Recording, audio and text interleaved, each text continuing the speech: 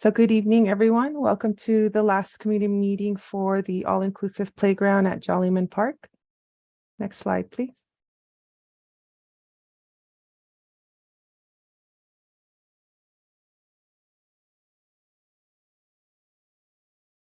Jollyman Park is centrally located within Cupertino between De Anza College and CA 85. Next slide.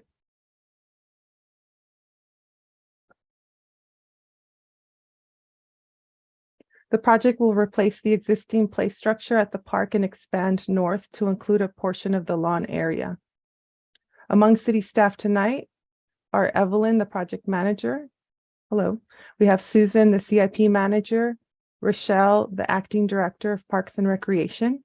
We also have the design consultant, MIG. And with that, I hand it over to Melissa. Thank you very much, Evelyn, and good evening. Thank you all for coming and joining us. We see some familiar names. Excited to kind of be able to walk you through how the design has evolved. I'm going to do a brief introduction. As Evelyn mentioned, my name is Melissa Erickson. I'm a principal at MIG. With me tonight is Jan Eastland, who will be doing the bulk of today's presentation. We are both licensed landscape architects with over 20 years working in inclusive play areas. But MIG, I just wanted to kind of bring to the forefront for folks that are unaware, accessibility has been a key part of our design process across the gamut, and we've actually published several different books and guidelines that are still used as key references addressing inclusivity in a broader context. Besides our technical expertise as far as certified access specialists and international code compliance components, we do bring a range of issues and really trying to take a look more broadly at inclusive play and what that brings to the table. And we are very excited to present what we have today as far as the developments within Jollyman based on that process. Next slide. As a key piece in really kind of looking at where we're addressing, and just to reiterate, there were some key project goals that were articulated in looking at the improvements at Jollyman.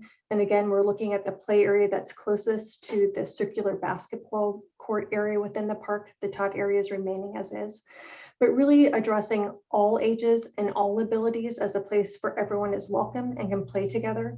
Looking at a range of sensory experiences and abilities across the spectrum, and really making sure that that is a key driver in addressing how we are looking at the overall components, how they interact with the space, and how they fit within the city's aspects.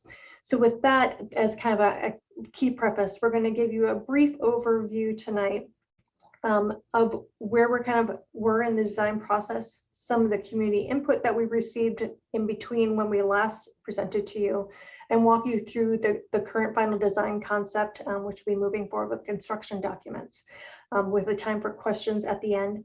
The chat is enabled, as is the Q&A. You're welcome to use the chat feature at the end where we can happy to provide additional commentary, but we want to walk you through the process so that you kind of have that understanding to begin with. And with that, I'll pass it back to Jan. Great, thank you, Melissa. Hi, everyone. I'd like to share the design process so far and how we got to where we are today. So first step, I know that this process didn't start right when we came on board. There was a lot of work and love that went into getting us to this point. First, there was a need called out for inclusive playground in the city, in the Park and Rec Master Plan, and then the city went after a county grant to make it happen. And then the first step of the actual design process started this last winter after all that had already been in place. So the process began when we visited the site and we started doing the site analysis to make sure that we understood the site constraints and things like existing utilities and other recreational uses to take into consideration. That was part one. Next part of the process was to go to the community and really understand the community needs and the vision for the play area. And we hosted several in-person events, a virtual meeting, and an online survey to develop this vision for the site that was based on the community's ideas. After that, we took that input to come up with 2 concept alternatives. And we took those alternatives back to the community for further input to get their feedback on the preferred plan and the preferred features that they wanted to see that you all wanted to see in the final plan. So that brings us to where we are tonight. That was a pretty quick recap. Felt like it took a lot more effort than that. But here we are, and we want to share the final concept plan that developed from everything we heard from you all. So let's go over what we heard. Over the summer, we had multiple events to solicit feedback, as I said. So in June, we had 2 pop-up events. These were designed for people to drop in to find out more about the project. On a casual basis, they could vote on their favorite elements and ask us any questions in person. We also hosted a virtual meeting and an online survey to reach more people. And from that survey, we got 180 responses over that month. 89% of those were residents of Cupertino. 54% lived close enough to either walk or wheelchair within 15 minutes to the park. And 78% of respondents either have children in the household or they have frequent child visitors. They could be grandparents who have grandchildren that visit often, things like that. And 10% of the respondents personally experience physical, sensory, or cognitive abilities that have limited their ability to use parks in the past. From the survey input, we learned that the majority of the respondents didn't necessarily have a favorite of concept 1 or 2 that we presented. A lot of them, 60%, really wanted to see their favorite elements go into the final plan. 60% picked that, and then 26% chose concept 1, and 14% chose concept 2. Interestingly, in person, 100% of the people chose concept 1. And what we heard most often, the reason for this was that people really wanted to keep the basketball court where it was. Concept 2 used that space for the play area. So we heard that loud and clear. And then I think another top priority that came out of that feedback was the inclusion of the sand play area that was only featured in concept 1.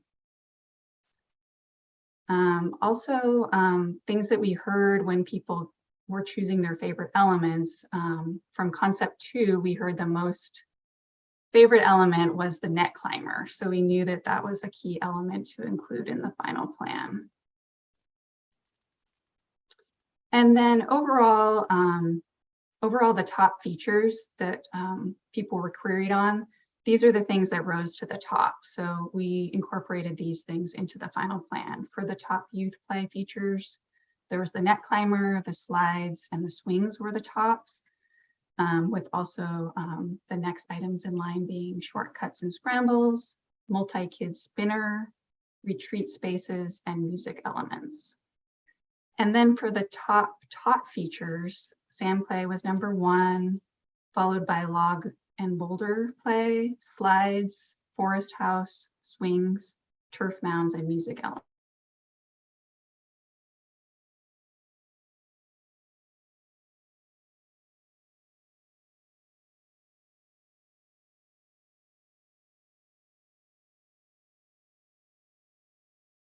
So we took all this input along with the construction budget, and here is the final plan. Similar to the 2 alternatives that were presented in the summer, the overall theme of this concept is nature exploration, and it's designed to offer challenging play opportunities, child-driven exploration, cooperative play elements, along with spaces for solo play or retreat for those that may need a break from the action.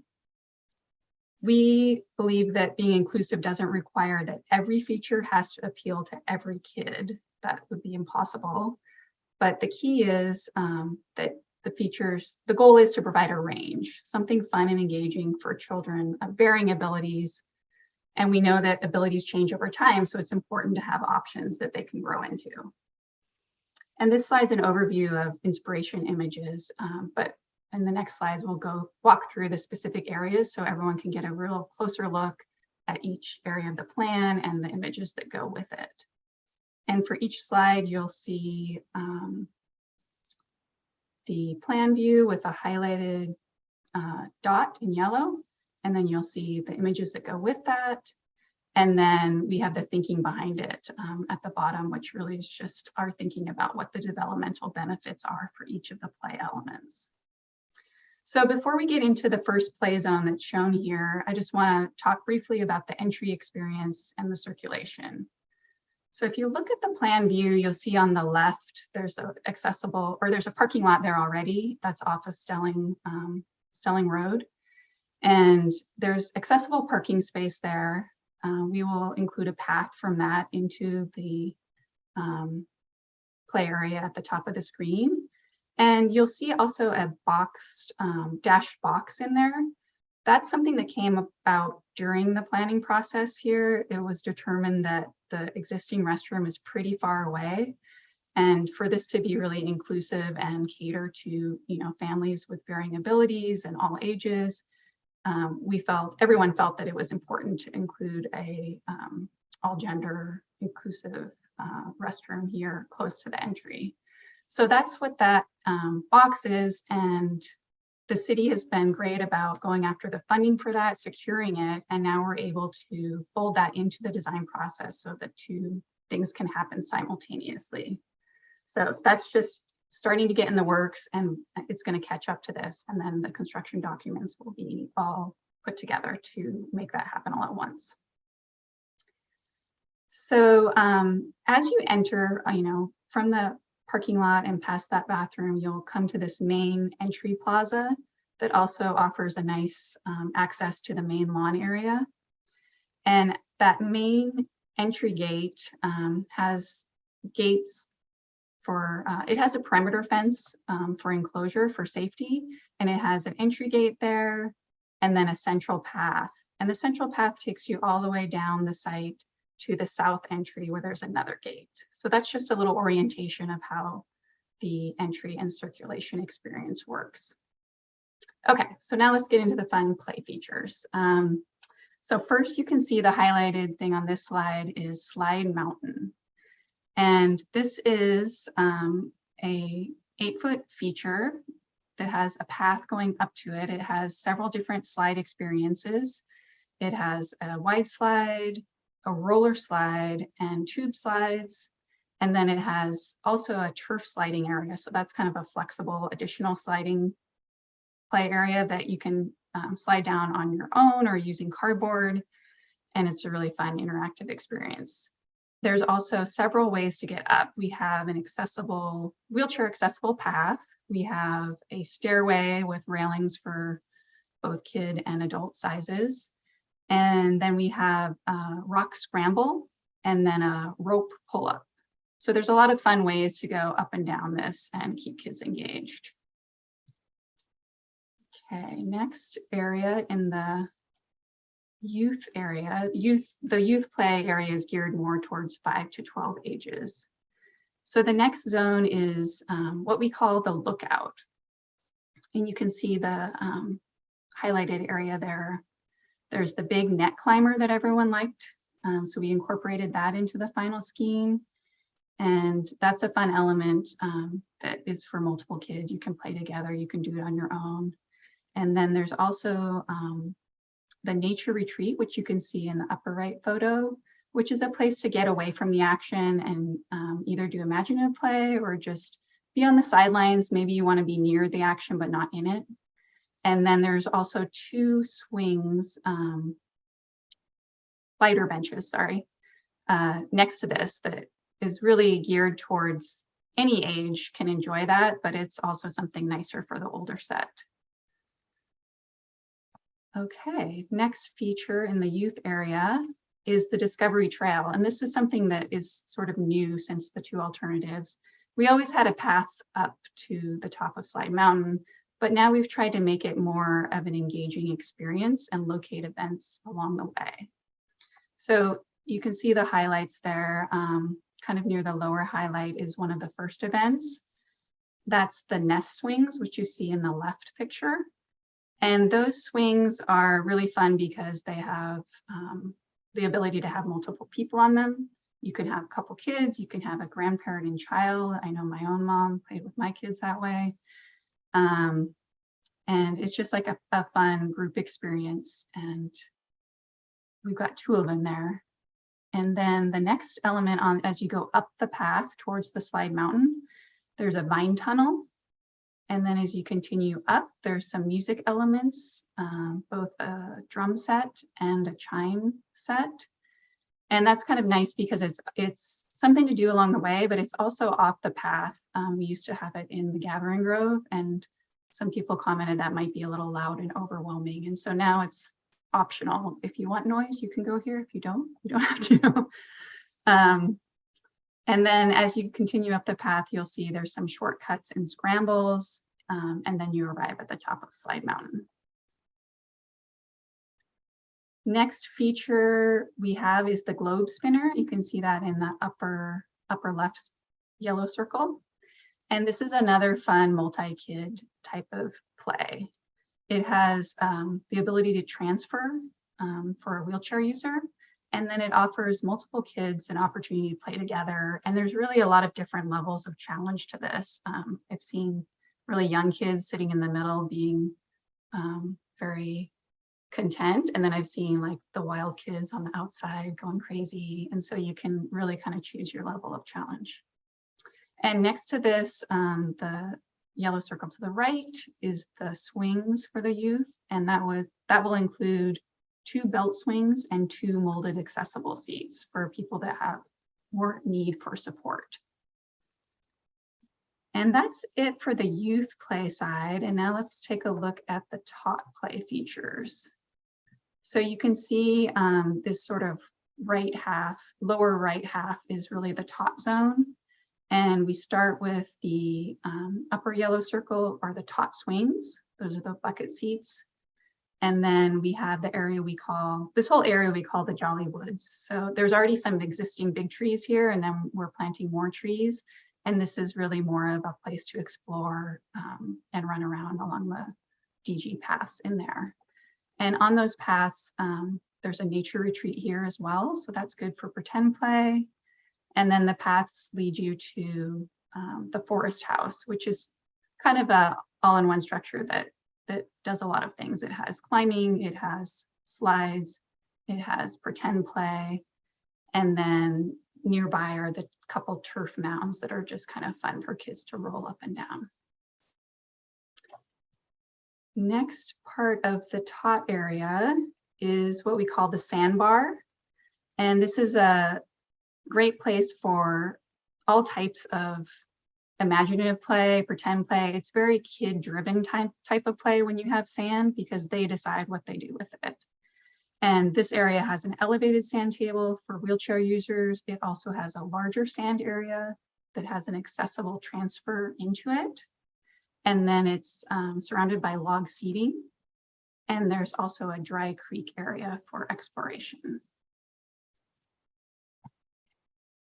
And then we also have some important site features that make the play area more comfortable for both kids and their caregivers. In the highlights, you can see the centrally located Gathering Grove. There's 2 highlights, both sides of the path. There's seating, there's shade trees, picnic tables, game tables, and plot benches. Those are kind of casual benches where a family can sit. And that's an area that, you can either just watch your kids play from there, or if you want to take a break and you don't want to be in the action, you want to look out at the action, that's another place you can do that. Also along the central path, there's a new accessible drinking fountain and a party area down at the bottom. You can see it kind of next to the sand play and along the path. And that's an area with double tables, because we think that, there could be groups that would want to have a birthday party, and this would be a place to do that. And then very important to this, this plan is the way the planting is integrated into the whole park. This not only allows for shade, but it just allows for a lot of opportunity for kids to interact with nature. There's plants that we choose that are particularly fun to play with, plants for play. So we'll locate those along paths and encourage people to investigate that. And then we also have bioretention areas, mostly along the left edge towards the parking lot, that will treat any extra runoff and treat that before it enters the storm system. So that is kind of the rundown on the site. And now we want to talk about the next steps in the process. So later tonight, we'll have time for any questions and comments. And tomorrow, as we said, we'll be presenting to Park and Rec Commission as well. And then right after that, we're planning to start doing construction documents. And we expect construction to begin in 2023, and then the grand opening for this to be in 2024. And with that, we will be happy to take your questions, comments. So you can virtually raise your hand or put comments in the Q&A or the chat. I'm happy to unmute folks as needed, or as you would choose. And I'm just going to leave my screen up so I can go to various slides if needed in a question. Certainly.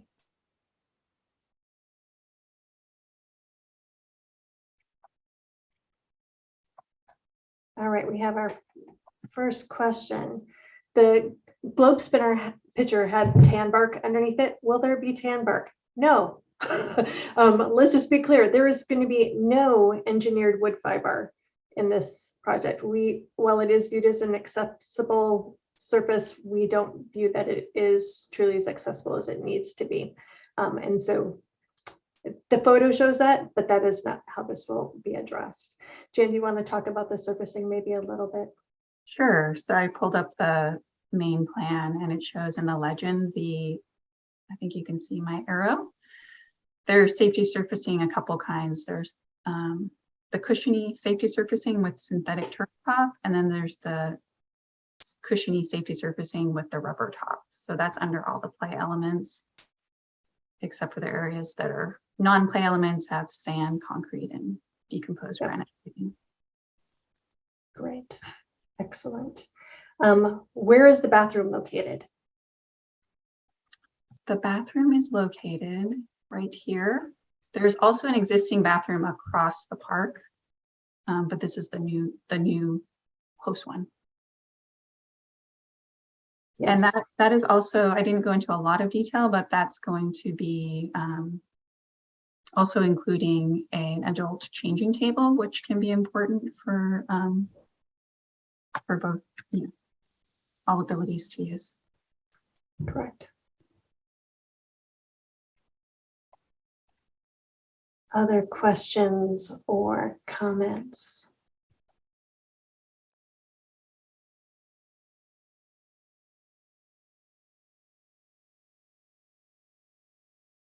Don't be shy. I know that somebody has to have questions about how to read these plans. It's not something we do every day. All right, another question. Will you have large nonverbal communication boards for non-speaking kids and to educate the public about nonverbal communication? I'll take that one, Jan. We actually talked about that earlier today. We currently don't have any located, but it's something that we're looking at right now. We are kind of balancing budget and costs, but looking at how we can provide some additional signage or opportunities for folks that are nonverbal is one of the things we're looking at as a possibility if we can free up some additional funds or kind of reallocate as we move further along. I know that those are providing a range of opportunities for folks that aren't aware. They're typically a larger signboard that are posted that has a variety of things that people can point to. So both letters, so people can spell things out, a variety of kind of predetermined words, pronouns, actions, emotions, and other kind of components. And then often also has ASL sign language included on there too, as a mean for folks to help communicate with folks who may or may not necessarily be verbal in that process. So something we are looking at, currently not shown, but something we're looking at and seeing whether we might be able to include or not.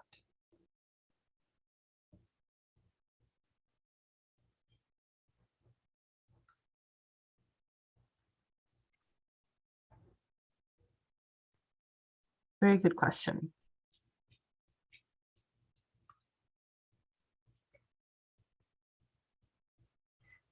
Yeah, there was another kind of question comment just about that.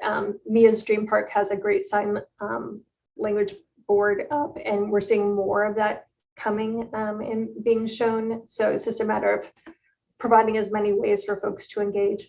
I wanted to expand just a little bit on the safety surfacing question, and just note that the synthetic turf that we're looking at is not your standard turf. It is formulated for safety and for impact attenuation, but there are specific surfaces that have a patented component to make sure that they cut down on the static, which is very critical for folks that have hearing aids, to cut down on that static level. And so that's the version that we're looking at.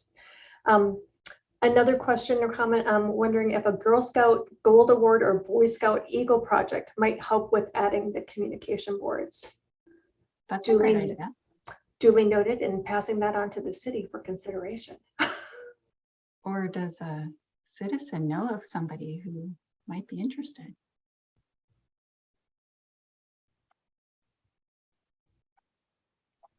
Great. Other thoughts, comments? You can also use the virtual raise your hand, and I'm happy to unmute folks if you would like to. Another comment came in: when it rains, will mosquitoes hibernate in the dry ditch, or will it drain naturally? There's no water there, so it won't be an issue. And everywhere else, the bioretention areas are designed all over the Bay Area to hold water briefly, just to slow down the passage to the stormwater system, but it doesn't stay there forever enough. Doesn't stay there long enough to breed mosquitoes. Yeah. Another question: will there be fast moving equipment where kids hop in and out? My son always gets overwhelmed by those, and I saw kids get hurt getting in and out. I would say that is a possibility to jump onto this globe spinner, but it's also easily avoided if it's not your thing. It's kind of off to the side. So it's sort of a choice if you want to go on it.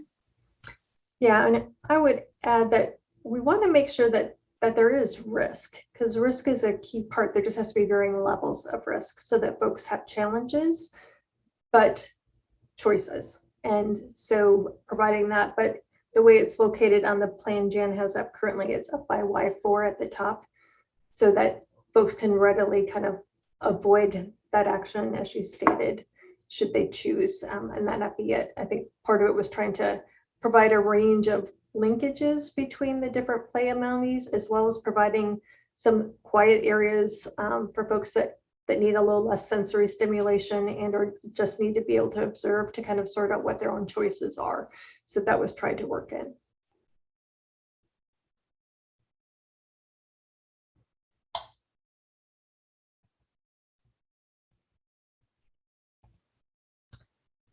Good question so far. Keep them coming.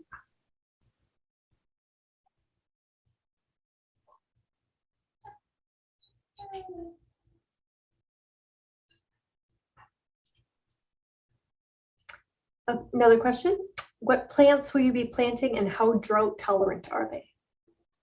It's going to be a huge variety, and we do follow the state guidelines for WELO, which is to plant drought tolerant plants and have drip irrigation, so that whatever happens here is reducing greatly what the status quo is in terms of water use. And so that'll be a big change here, going from half of it is play area, but half of it is lawn. And so that area that will now be drip irrigation and drought tolerant plants will be a big water savings.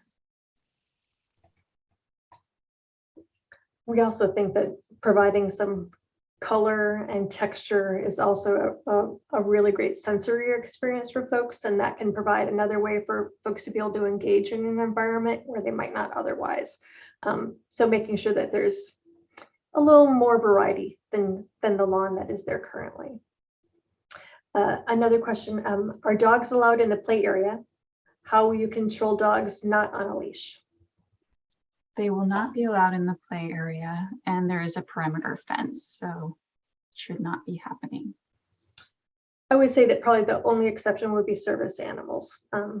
That would be, but they're on a leash and have their own requirements. But the fence was a key piece that came out. We know that not solely, but certainly given kind of the autism spectrum, that runners are a concern. And so that was a key thing in discussions with the city early on, that we wanted to make sure that this area was fully enclosed and limiting the ins and outs so that that would be less of an issue. But dogs off leash, no. And that's also probably why there's a fence as well. As folks may know, to the right of this image in the open fields near the existing sport fields, there is an off-leash dog area. So there certainly are dogs in the area. But again, we'll have that fence as a consideration. And in my experience, people are pretty good in play areas especially when there is a fence, of not bringing their dogs in. I say that as a dog owner.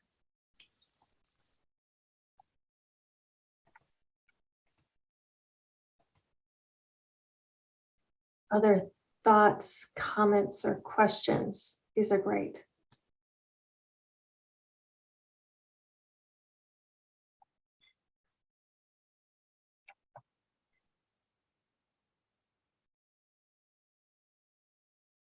If you want to speak, you can. You don't have to just use the chat. If anybody has any general comments, good or bad, we're really happy to hear it. This is the time. You might have to raise your hand so that we can unmute you if that's the case. Yeah, there's a little icon at the bottom that's raise your hand. If you do, I'd be happy to unmute you.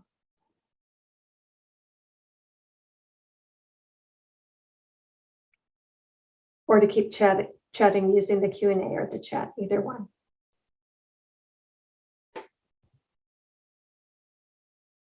I'm switching slides for variety. Okay. You can go back to any slide that anyone has a question on. All right.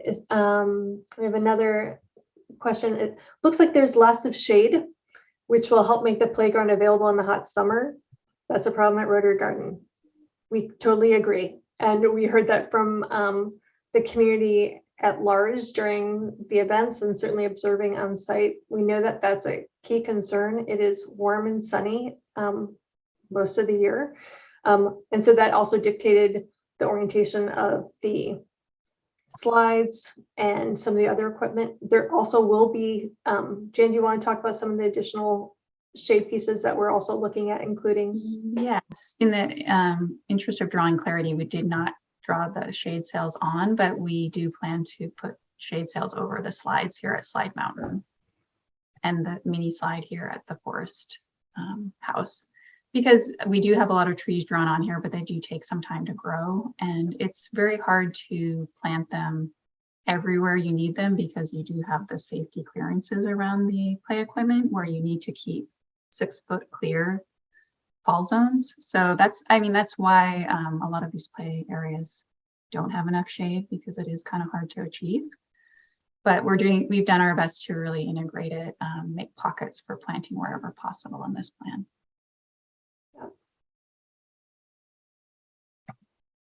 Great.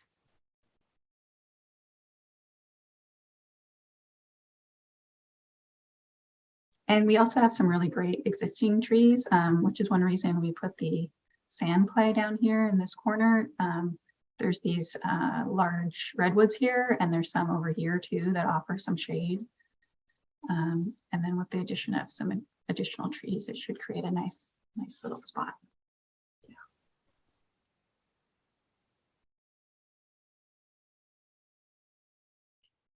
One thing I like about the design is that it's not just a playground central feature anymore. It's an experience. There's different pathways and different types of play, different types of just hanging out space. You can imagine kids going from one item to another, and that being part of the experience. It's just going back and forth, trying to figure out where they want to be today, exploring new things every time they come. Yeah. And maybe having new favorites, like you start in one area and as you grow older, you gravitate towards another zone. Right.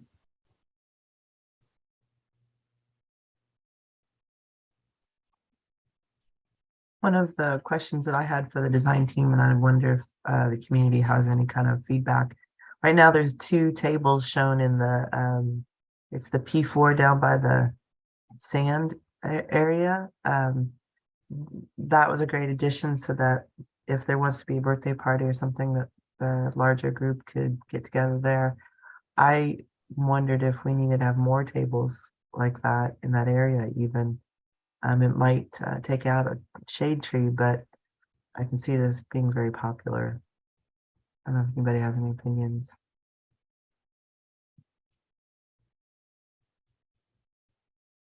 Personally, I like both shade trees and more party picnic area. Yeah.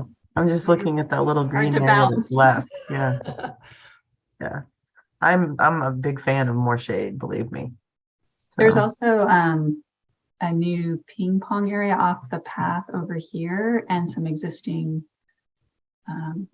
see my cursor, some existing tables under the trees over here that are going to receive some accessibility upgrades. So there's better surfacing there. So that's another possibility for like more of a big group area. I think there's about 5 tables there. Sure, and there was another comment or question, like maybe more benches near the sand. And I think we've got seating on the edges with some logs, some transfer boulders, but you can certainly kind of take a look at where there might be some further opportunities.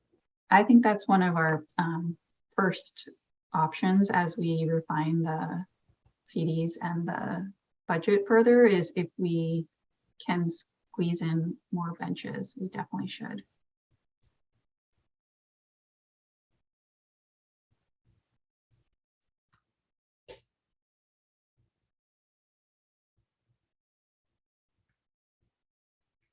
All right.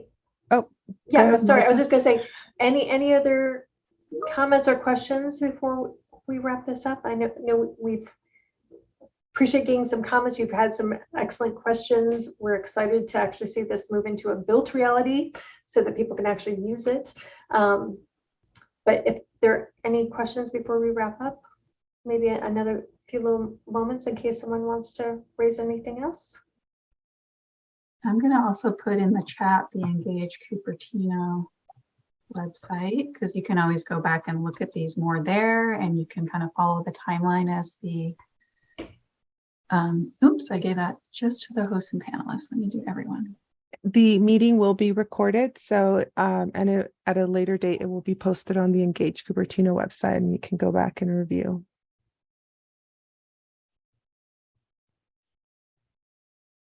Great. All right. Hearing none. I'll pass it to Evelyn. Yeah. I appreciate everyone that came tonight, so thank you. Yeah, thank you everyone for showing up, and we look forward to moving this along. Good night, everyone. all right. Thank you, everyone. Thank you.